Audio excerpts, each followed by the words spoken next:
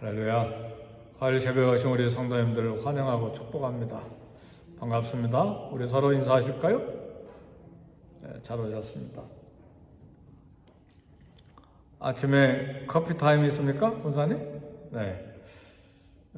기도 마치고 또 맛있는 커피 준비되어 있으니까 교제하시고 가시기 바랍니다. 때때로 그래서는 안 되는데 하나님을 의심할 때가 있어요. 일이 잘 안 풀릴 때,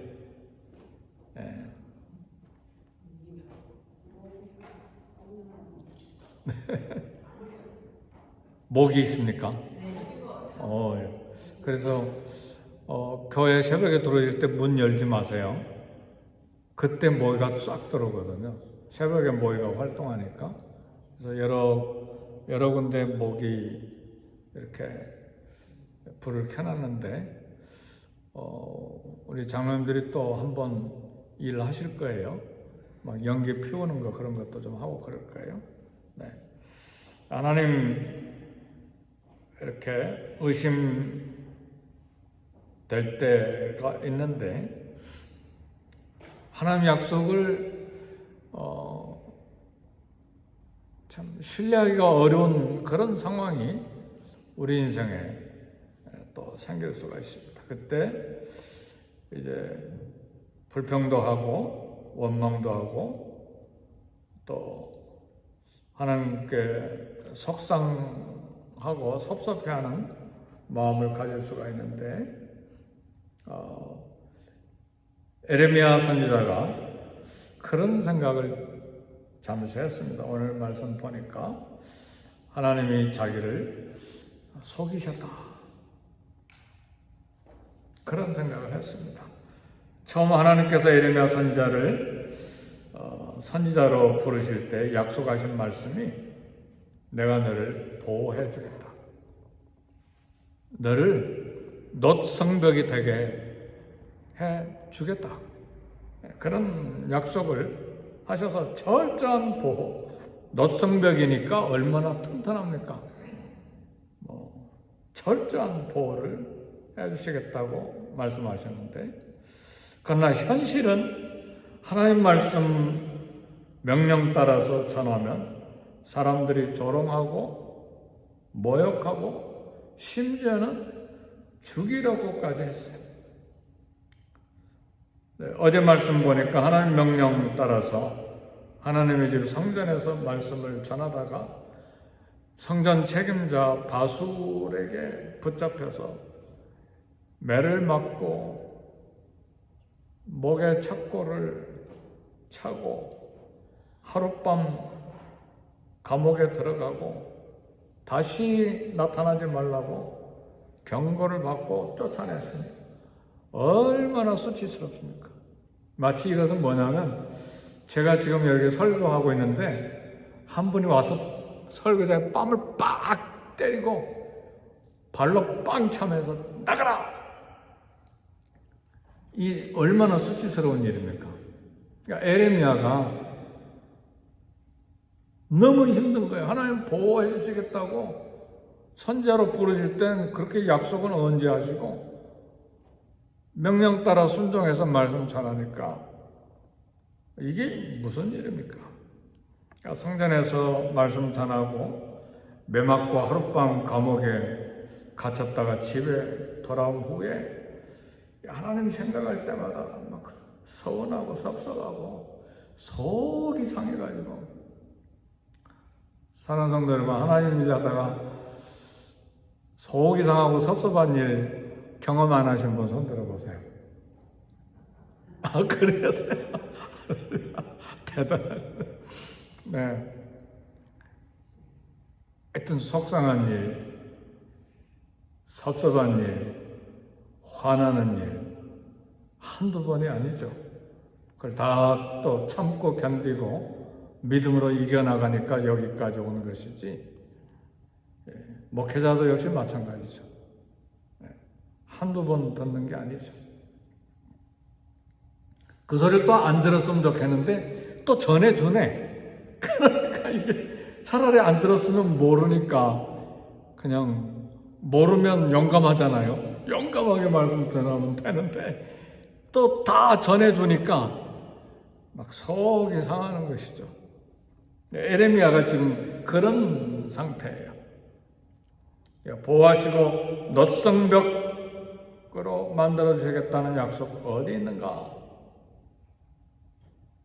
막 속이 타니까 아마 집에 와가지고 이 바수올이 자기를 때리고 감옥에 가둘 때 하나님 왜 바수올 그 성전 책임자 그 자리에서 막 징계하거나 심판하거나 막 숨이 끊어지도록 하지 않고 그대로 두십니까?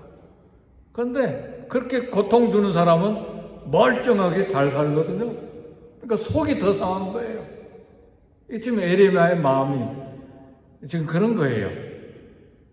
근데 이렇게 설교하니까 어떤 분은 정말 그러네.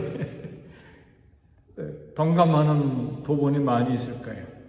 선지자의 삶이 그랬다는 말이에요. 우리 성도들의 주님을 섬기는 사역의 현장도 그렇습니다. 에레미야는 화가 난 에레미야는 하나님의 침묵 거기에 실망하고 화가 나서 입을 다물고 주여 그런 것이 아니고 막 속에 있는 걸 다 내뱉었어요. 그게 오늘 7절 말씀이에요.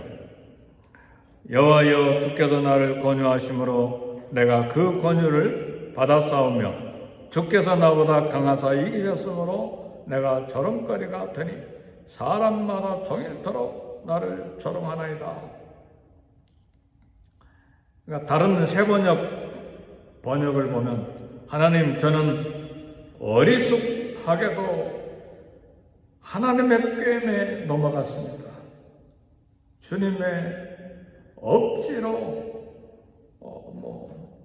억지에 말려들어서 나는 날마다 웃음거리가 됐습니다.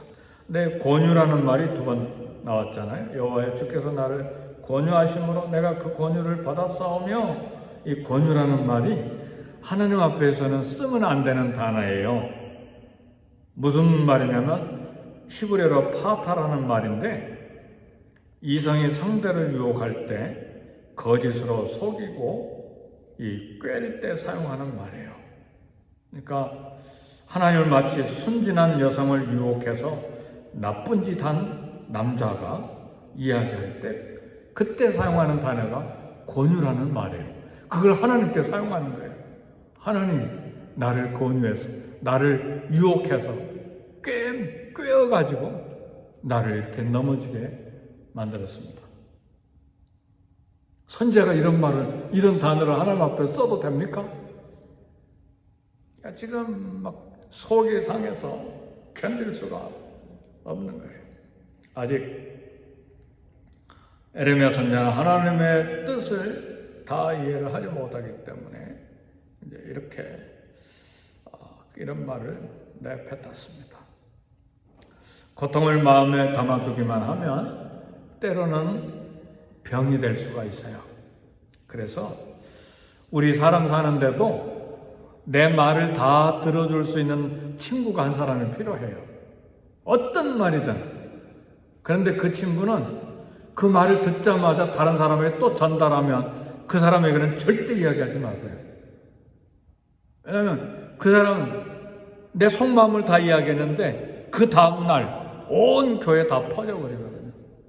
그러니까 절대로 그런 사람에게는 말하지 말고 어떤 말이든 듣고 아무 말도 전하지 않고 위로하고 격려해주고 그냥 들어주기만 하는 사람, 그 사람이 인격적인 사람이고 신앙의 사람이고 기도의 사람이에요.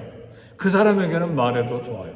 근데 그런 사람이 한 사람이 필요해요. 담임 목사에게도 그런 사람이 꼭 한 사람이 필요한데 누가 그런 사람이 되어줄까? 왜냐하면 온갖 말을 듣고 막 꾹꾹 누르고 막 아무리 새벽 3시에 막 여기 와서 새벽 3시에 제가 오잖아요. 집에 출발해서 여기 오잖아요. 날마다 지금 수년간 그러잖아요. 얼마나 답답하면 새벽 3시에 일어납니까? 그러니까 하나님께 그걸 말씀드리기 위해서 오는 건데, 그래도 그걸 다 말할 수 있는 친구가 필요해요. 목사에게도 친구가 필요하단 말이죠. 같은 목사, 같은 선교사 아니래도 평신도라고 해도 그렇게 말할 사람이 필요해요. 왜냐하면 계속 담아두기만 하면 나중에 속병이 생기니까. 그래서 진솔하게 자기 감정을 다 쏟아낼 때 정신 건강에 다람쥐갈 수가 있어요. 그래서 선지서와 시편에 보면 상당히 많은 부분에 탄식하는 시들이 있어요. 근데 하나님께는 그걸 다 쏟아내놓는 게 좋습니다. 어떤 시편 기자는요, 하나님, 저 바벨론 자식들은, 바벨론 자녀들은 바위에다가 내팽개쳐가지고 죽게 하면 좋겠어요. 세상에 시편 기자가 그런 말 할 수 있어요? 우리 그런 기도 못 하잖아요. 근데 시편 기자는 저 사람들 막 우리를 고통스럽게 하고 비난하고 비우는데 그 자식은 막 바위에다 끔찍하잖아요. 우리 손주들 생각하니까 막 끔찍한 이야기잖아요. 근데 그렇게 표현을 해요. 하나님께는 그렇게 쏟아내놓을 수가 있어요. 하나님의 마음을 가지고. 네. 우리는 결국은 그 말도 나중에는 회개하죠. 근데 여러분이 답답할 땐 쏟아낼 친구가 없으면 에레미야처럼 또 시편 기자처럼 하나님께 다 쏟아내놓을 수 있기를 주 이름으로 축복합니다. 그러면 하나님께 눈물, 콧물, 내 속사정 다 쏟아내놓으면 심리적으로도 평안해져요. 한번 실컷 울고 나면 마음이 평안해지잖아요. 그죠? 하나님께 다 마음을 쏟아내놓으면 심리적으로 뿐만 아니라 하나님이 또 위로해 주시기 때문에 치료가 됩니다. 에레미야는 선지자이지만 사람들이 포부되는 모욕, 수모, 견디기가 결코 쉽지가 않았어요. 네, 사랑하는 성도 여러분, 사실은 우리 믿음의 선배들을 다 보면 약속은 엄청난 약속을 받았는데 실제로 이 땅에 살아가는 동안에는 약속을 손에 쥐지 못하고 받지 못하고 비전과 꿈과 그리고 약속으로만 남은 경우들이 많았어요. 아브라함의 경우에 갈대아 우르에서 하나님 부르시고 또다시 하란에서 부르실 때에 무슨 약속을 해주셨는가? 내가 넓은 땅을 주고 그 다음에 내 자손이 하늘의 별처럼 바닷가의 모래처럼 많아지게 해주겠다. 이 엄청난 약속이잖아요. 그래서 그 약속이 막 너무 좋아서 가족을 다 이끌고 결국 가나안 땅에 왔는데 가나안 땅에 와서 무덤 하나밖에 못 샀어요. 자식이라고 딱 자기 부인에게서 난 아들, 외아들 이삭 하나밖에 없었어요. 그리고 죽었어요. 이게 하나님 주신 약속, 꿈과 비전과 현실의 부분이에요. 물론 500년 후에 바닷가의 모래처럼 하늘의 별처럼 그리고 젖과 꿀이 흐르는 땅을 받았지만 자기가 살았던 175세입니까? 170세입니까? 그동안에는 그거밖에 없었어요. 자식 하나, 땅, 무덤 하나. 모세도 하나님께서 애굽에 보내실 때 이스라엘 백성을 구원하는 약속, 너 지팡이 하나만 가지고 가라.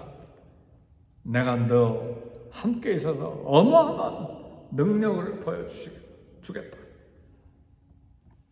근데 가는데 바로 왕이 얼마나 완강하든지 상황은 점점 악화되고 근데 백성들조차 화가 나가지고 막 삿대질하고 이게 하나님의 약속과 모세의 처음 사역 시작의 환경이에요.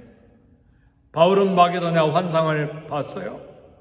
아시아에 부흥이 일어나니까 소아시아에서 복음을 전하려고 얼마나 애를 쓰고 부흥을 맛보고 즐거워하는지 몰라요. 근데 가는 곳마다 예수의 영이 맡고 성령이 막으시고 또 환상이 보여서 바다 건너 유럽 쪽에서 마게도냐 사람이 와서 우리를 도우라 하니까 그거 혼자 본 환상인지 같은 무리가 봤는지 모르지만 네 사람이 상의를 했을 것 같아요. 바울과 그리고 신라와 또 몇 사람, 한 서너 사람이 이게 진짜 환상이 맞냐? 근데 하나님이 부르신 걸로 알고 건너갔는데 건너가자마자 귀신 들린 여종 하나 고쳐줬다는 것 때문에 죽도록 얻어맞고 얼마나 얻어맞았는지 밤에 깨어나서 밤에 깨어나가지고 밤에 그제서야 기도하고 찬송 불렀어요. 감옥에 갇혀가지고 꿈과 비전과 현실의 구분에 우리 예수님 유대인들이 기다린 메시아 찬란한 영광의 메시아로 오셔야 되는데 어린아기로 오시고 흠모할 만한 아름다운 모양이요 마른 땅에 나온 연한 줄기 같고 그리고 계속해서 핍박받다가 결국은 십자가지고 골고다에 올라가서 비참하게 죽으신 메시아. 이게 메시아예요. 사랑하는 성도 여러분, 하나님의 뜻을 알려면 영적인 눈이 필요해요. 현실만 가지고 판단하면 오늘 저와 여러분들은 실망하게 돼 있어요. 하나님의 눈으로 보는 눈이 필요해요. 약속을 보는 믿음도 필요하고 현실과 겉에 나타난 것으로 하나님의 뜻을 다 이해할 수 없어요. 하나님은 하늘에 계시고 우리는 땅에 있고 하나님의 지혜는 무한하고 우리는 몇 그램 안 되는 두뇌, 조그만 두뇌를 가지고 있기 때문에 하나님을 다 알 수가 없어요. 욥도 그래서 얼마나 막 수십 장에 걸쳐서 욥이 변명하고 말하고 또 말하고 그러잖아요. 근데 하나님은 욥이 당한 고난의 이유에 대해서 아무 말씀도 안 하십니다. 마지막 장까지 욥기 마지막까지 뭐 하늘에서 사단이 어떻게 시험하기를 하나님께 청구하고 왜 욥에게 시험을 주셨는지 아무 답변을 안 하세요. 마지막 순간까지. 그리고 하신 말씀이 뭐냐? 너 천지 창조 때 너 그때 거기 있었냐? 짐승들 만들 때 이 능력 누가 줬는지 아냐? 바람이 어디서 생기고 그리고 얼음이 어떻게 생기고 막 천지 창조의 위대한 것 다 말씀하시니까 여러분 아무 말도 못하고 내가 범죄하였나이다. 하나님의 위대하심과 섭리를 우리는 다 알 수 없는 거예요. 우리 인생을 통해서 하나님이 영광 받으시고자 하시는 놀라운 계획을 이 좁은 두뇌 가지고 어떻게 이해할 수 있느냐 그 말이에요.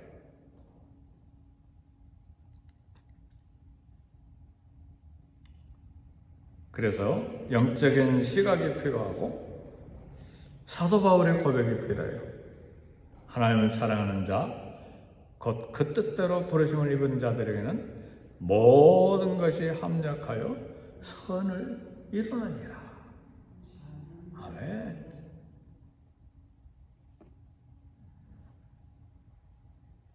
마지막에 에레미야가 20장 9절에서 고백합니다.